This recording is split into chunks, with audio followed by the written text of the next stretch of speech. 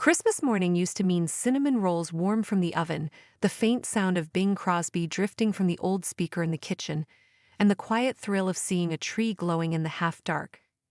Even as an adult, I carry that memory like a talisman, a private reminder that maybe, just maybe, the child inside me could still wake up to something magical. At 26, I wasn't naive enough to expect toys or fairy tale surprises, but I thought there would be kindness, or at the very least, a gesture that said you matter too. That illusion began to splinter the moment I stepped outside and saw the spectacle unfolding in the driveway. My parents had gone all out this year.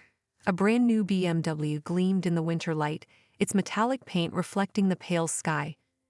Draped across the hood was a massive red bow, the kind you only ever see in car commercials, the kind that says, "We spared no expense, you are worth this."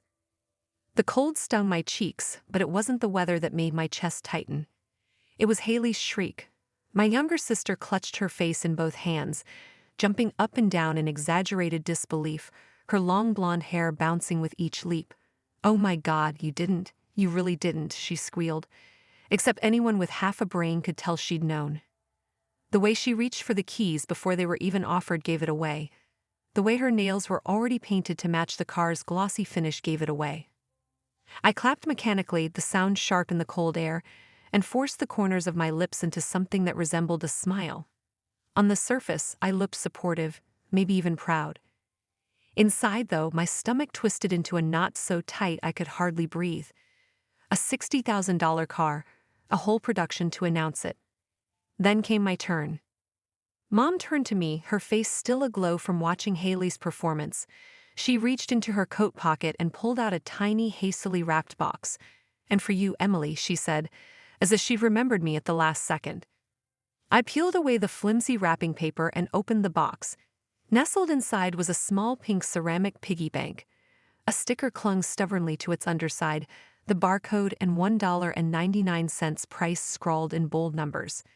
Through the slot at the top, 2 crumpled dollar bills had been stuffed inside. "Something to save with," Mom chirped, her voice laced with cheer, as though she just handed me a gift filled with profound wisdom rather than cheap mockery. Haley giggled, clutching her car keys like they were a crown jewel. Dad chuckled, shaking his head in amusement. Even my uncle, who had stopped by for coffee, let out a polite laugh. Everyone seemed to find it hilarious. Everyone but me. I turned the piggy bank in my hands, its ceramic surface smooth and cold. For a brief second, I wondered if this was a joke with a second act, if maybe the real gift would follow, and this was just a gag. But no one corrected it. No one rushed to reassure me. They were perfectly content to leave me holding $2 and a hollow piece of painted clay, while my sister posed beside her new BMW. The contrast wasn't lost on me. Haley beamed in the driveway, basking in the glow of parental pride, while I stood frozen in the background, clutching an object that felt less like a present and more like a statement, a reminder of where I stood in this family, of what little value they saw in me. I forced myself to keep my face neutral, to swallow the bitter taste rising in my throat. The easy thing would have been to storm off, to call them out right there in front of everyone.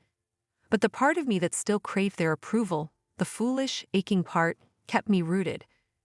I thought if I stayed quiet, if I didn't make a scene, maybe I wouldn't look ungrateful. Maybe I could keep a shred of dignity. But dignity is hard to preserve when the people who raised you are laughing at your expense. The cold pressed deeper into my bones. I watched Haley climb into the driver's seat, her laughter ringing out as the engine purred to life. Dad clapped her on the shoulder, telling her to take it easy on the roads. Mom fussed over her scarf, still glowing with maternal pride. And me? I stood on the sidelines, holding a piggy bank that suddenly felt heavier than the car itself. For years I had suspected the truth, that Haley was the golden child, the one who could do no wrong, the one they would always celebrate. But that morning, the truth wasn't just suspected. It was gift-wrapped, parked in the driveway, and tied with a giant red bow.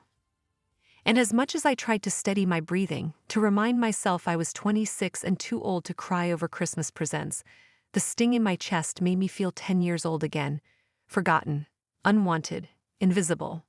Everyone laughed. I didn't. The laughter followed me like a physical thing, thin, bright, brittle, until it blurred into the hiss of cold air in my ears. I slipped my coat on with hands that had stopped feeling like mine, the piggy bank digging into my palm through the fabric as if it were an accusation. Pink ceramic, $2, a joke wrapped in clay. Karen, my mother, had smiled when she handed it over, all sunny maternal warmth and the practiced little tilt of her head that always made the room think she was being kind. Mark, my father, had clapped Haley on the shoulder as if he'd just signed off on some family achievement, as if the car, the bow, the spectacle were all a natural consequence of his good judgment. Haley? She was already posing, angling the car like it was a stage prop and she was born to perform. They all had reasons for what they did, plausible, human reasons that didn't make their behavior forgivable. Mark wanted validation. He grew up in a house where appearance meant safety, where a new grill or a certain kind of watch meant you'd been counted as successful. To him, buying a BMW for the daughter who matched his checklist, sharp grades, fewer questions, ready-made ambition, wasn't cruelty, it was investment, proof that his labor had produced the right kind of result. Karen's affection was a currency she spent in ways she understood. Gestures that drew smiles from friends at church, things that kept our family picture easy to explain. She feared chaos the way some people fear poverty. She medicated her anxiety with gifts that made their family look put together. Haley wanted their approval more than she wanted anything else. She'd learned to be agreeable because it worked, because it opened doors. She was not cruel so much as practiced at being the kind of daughter who received rewards. Me? I had been the thing that happened in the cracks.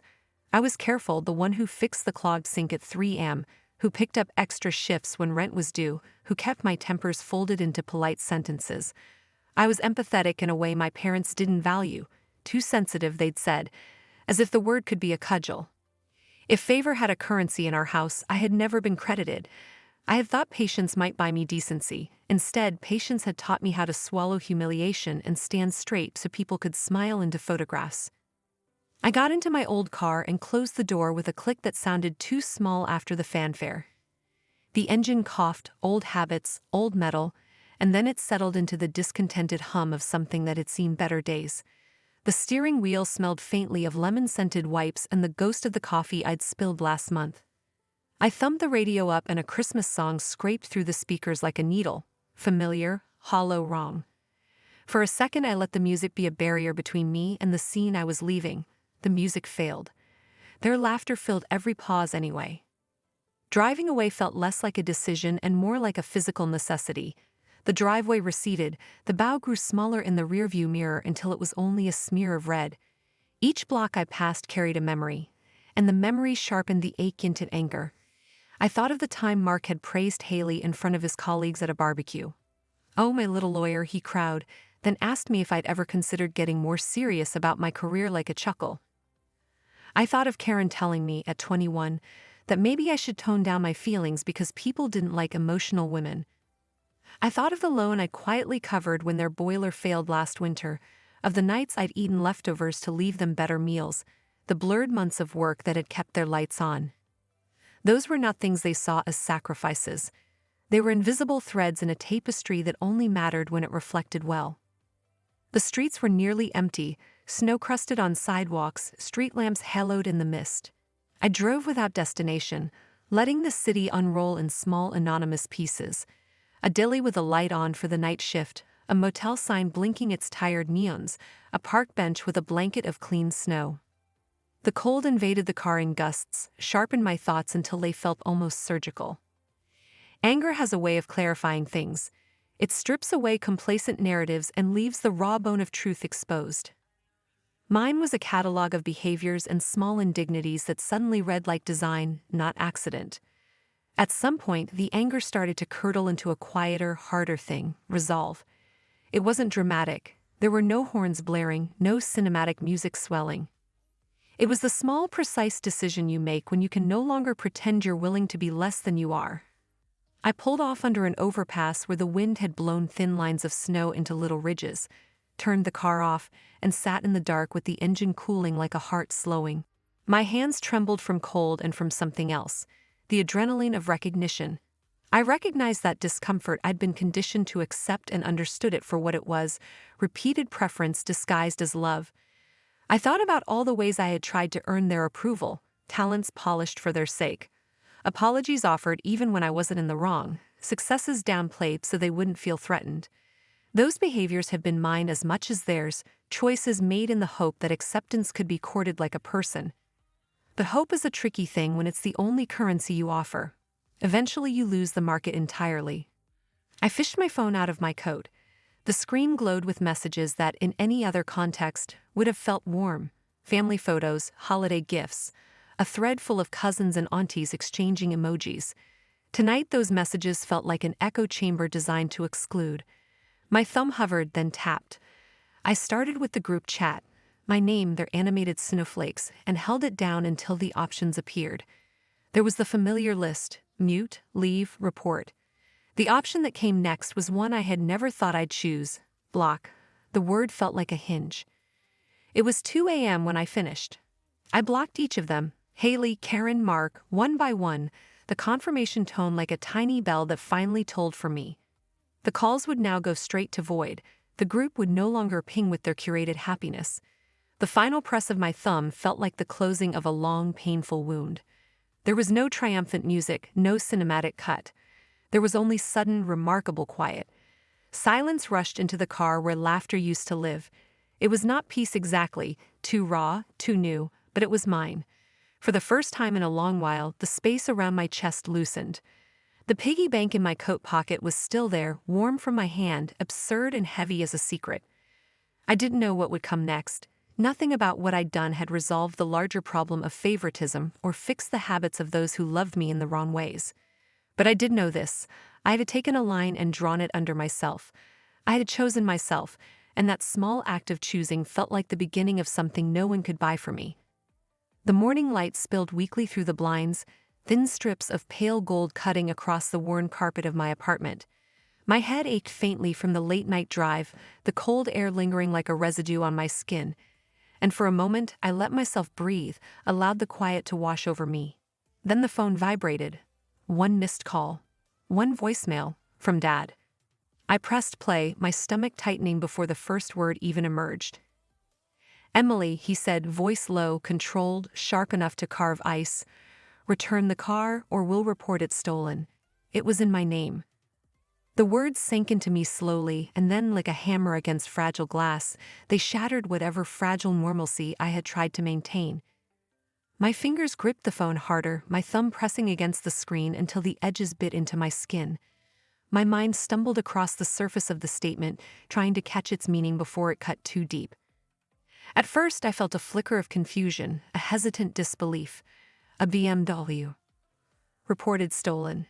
It wasn't mine. I hadn't touched it, hadn't even been allowed to sit in it. And yet, the words carried the weight of expectation, of accusation, of inherited control. The thing they had given Haley, the gift wrapped in red, was still tethered to them legally, tied to my father's name. The revelation struck like a cold wind through an open window. The car had never been about her. It had never been about generosity, fairness, or a celebration of success. It had been about power. About reminding everyone in the family who held the strings. I felt my chest tighten, my ribs pressed by a phantom hand, the pulse in my throat loud, insistent. The cruelty of it wasn't just in the gift itself, it was in the construction, in the orchestration of my place in the story. The car was theirs to control, and yet they paraded it as her triumph. Every honk, every glimmer of chrome in the driveway, every click of the key fob had been carefully calibrated to produce envy, insecurity, and admiration, all directed at me, intentionally or not. And now, even my absence couldn't release me from their orbit. The voicemail was precise, economical with words but overripe with intention, a veiled accusation, a threat dressed as instruction. Return it or risk criminal implications. Even in threatening me, Dad couldn't disentangle my name from blame. I had not stolen anything, yet they framed it as though my very existence could be considered a crime. I sank back into the cushions of my small sofa, the silence of my apartment folding around me, a stark contrast to the orchestrated chaos of my family's driveway.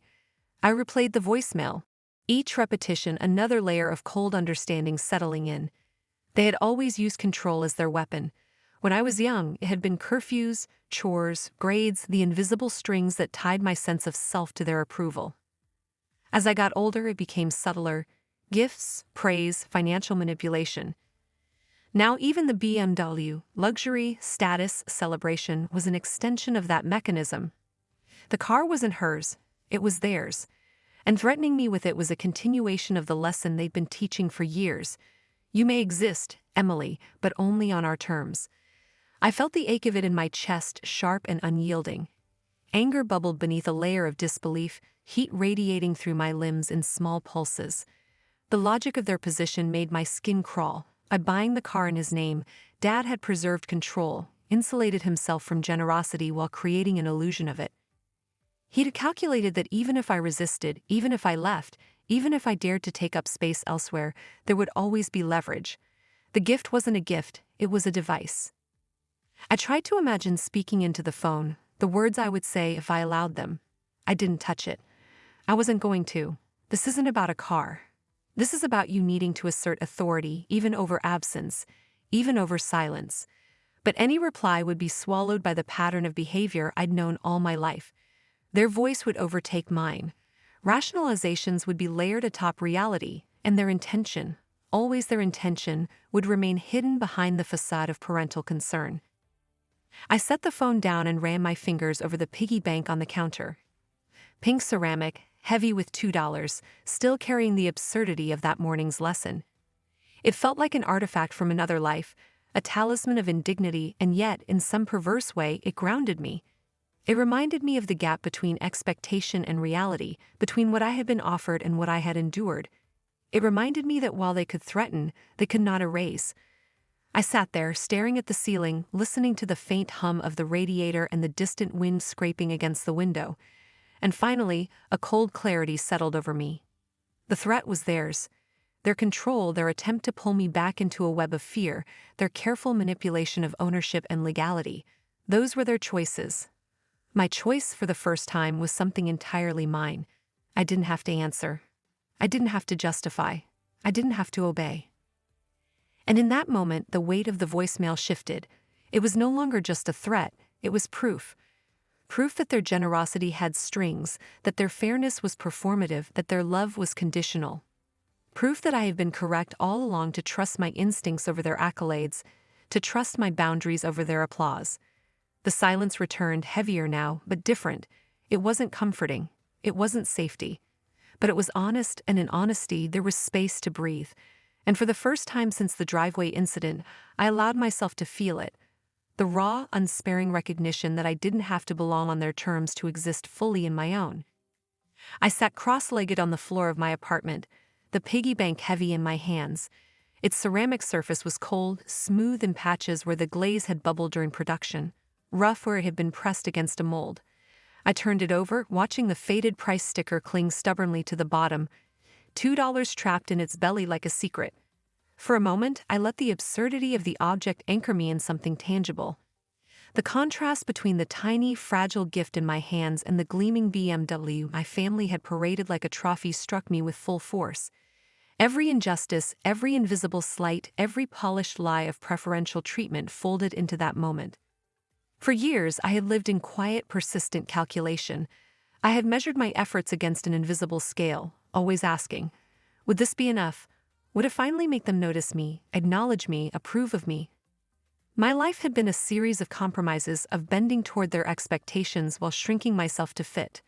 I had tolerated jokes at my expense, subtle comparisons, the unspoken ranking that marked Haley as the daughter of achievement, and me as the one who held the background steady, invisible. And all the while I had convinced myself that their approval was attainable, that the warmth they offered in fleeting moments of praise was genuine. That Christmas morning had obliterated the illusion in a single, piercing instant. I traced the piggy bank's rounded edges with my fingers, imagining each stroke as a release. A lifetime of quiet submission, of measured smiles and swallowed resentments, felt suddenly irrelevant. They weren't going to see me, not now, not ever, not in the ways that mattered. Not for the years I had spent laboring in the shadows while Haley received applause and gifts they told themselves were deserved. My chest tightened as the recognition settled fully, and for the first time in decades of habit, I considered a different trajectory, one defined not by what they could give, withhold, or threaten, but by what I could claim for myself. I rose, pacing in the small square of space that constituted my living room. The walls, usually a comforting shade of muted beige, now seemed oppressive, familiar yet constraining, as though the apartment itself mirrored the limitations I had lived under. I counted my savings aloud, slowly, deliberately, taking stock of what was mine to spend. I considered credit, interest rates, the impracticalities of impulsive decisions, but beneath all that caution, there was a sharp electric clarity. I was allowed to choose. This was my line to draw, my opportunity to redefine what mattered. By the afternoon, I had emptied my account of what I could spare without jeopardizing rent, bills, and a buffer for emergencies. Every transaction felt like reclamation. Reclaiming time spent under their gaze, reclaiming the energy invested in securing a smile that had never come, reclaiming my sense of ownership over my own life. And then I found the ad, a used Jeep, rugged, capable, dependable. Not flashy, not designed to impress anyone else, but sturdy, honest, a vehicle that could carry me forward literally and metaphorically. The Jeep represented autonomy, movement, the ability to step beyond a narrative scripted for me by others. I wrote a check, paid a deposit, and felt the strange rush of exhilaration that comes with commitment to self. The dealer smiled, congratulated me, used words like smart choice and solid investment, but I barely heard them. The Jeep existed in my mind already, a symbol of more than transportation. It was freedom. It was proof that I could honor my own worth. It was a promise that my happiness didn't have to hinge on their recognition. When I brought the Jeep home, I tied a bow across the hood. It was deliberately ostentatious, a gentle mockery of the red bow they had draped over Haley's BMW. I snapped a photo and posted it online with a caption that was simple, precise, and unyielding. Birthday gift to myself. The response was immediate. Friends flooded the comments with hearts, cheers, laughter, and delight. Some wrote incredulous exclamations, teasing me for my audacity, for the symbolism, for the brilliance of claiming my own celebration. Every notification carried warmth, encouragement, recognition of my triumph in claiming joy on my own terms. Each message was a salve to the bruises of years spent in comparative invisibility. But alongside the virtual applause, there was something else. Silence. The silence from my family was not merely the absence of comments. It was a statement, stark and ringing. It stretched across pixels and signals, a void that demanded confrontation. I felt the weight of it keenly, heavier than any BMW, more potent than any threat. They had expected compliance, shame, maybe even guilt. Instead, they received autonomy. Their silence acknowledged, without words, that the narrative had shifted. Their control, meticulously maintained for decades, was no longer absolute. I sat in the driver's seat that evening, the Jeep rumbling beneath me, heat creeping into my fingers as I gripped the wheel. I imagined the driveway back home, the shiny BMW under the red bow, the expressions frozen in anticipation of my participation in their theater. My chest swelled with something I hadn't allowed myself to feel in years. Satisfaction, not born of vengeance, but born of self-respect. I had chosen myself, and in doing so I had created a moment of clarity that no gift, no approval, no manipulation could undo. The piggy bank rested on the passenger seat, absurd, delicate, inconsequential in material terms, yet emblematic in ways money could not quantify. It had been a symbol of limitation, of dismissiveness, but it was now a relic I held with ironic affection, a reminder of how far I had traveled in asserting my own worth. The Jeep, the bow, the caption, the public declaration, they were mine. The silence of my family, sharp and cold, only reinforced the potency of my act. For the first time, I wasn't performing for anyone's approval. I was visible on my own terms, and that, above everything else, felt like home. I didn't linger. The roast on my plate had gone cold, untouched in its half-finished state, a reminder of the ritual I had been part of for so long, the carefully orchestrated theater of family approval, punctuated by laughter that never reached me. I stood, the chair scraping lightly against the floor, and felt a shiver run up my spine as I stepped out into the crisp December evening. The night air hit my face like clarity, sharp and undeniable, cutting through the fog of doubt and years of self-repression. I walked without looking back, letting the lights of the dining room fade behind me, letting the weight of expectation fall away, leaving only the solid ground beneath my boots and the rhythmic cadence of my own heartbeat. For years I had carried their judgment as if it were mine, Every whispered criticism, every subtle comparison between Haley and me had been etched into my consciousness like a permanent scar. I had internalized it, worn it like a second skin, convinced that their measure of my worth defined the measure of myself. I had smiled through their jokes, nodded at their dismissals, and tucked away resentment so carefully that even I sometimes forgot it existed. I had been their silent supporter, their invisible stabilizer, the daughter whose success was invisible, but whose failures were magnified for show. That night, leaving the half-eaten meal behind, I realized something I should have understood years ago. Their narrative was theirs, not mine. The cold wrapped around me, a tactile reminder of autonomy, of space outside their rules. I inhaled, the crisp air filling my lungs, and with each breath, a piece of the invisible cage they had constructed around me fell away. The shame I had carried, the idea that I was inadequate, the failure in contrast to Haley's achievements, was no longer mine to bear. It had been imposed, an artificial weight designed to manipulate, to remind me of my place. Yet stepping into the night, I understood that I was not bound by their design. The freedom I felt was raw, almost disorienting in its intensity, but it was real.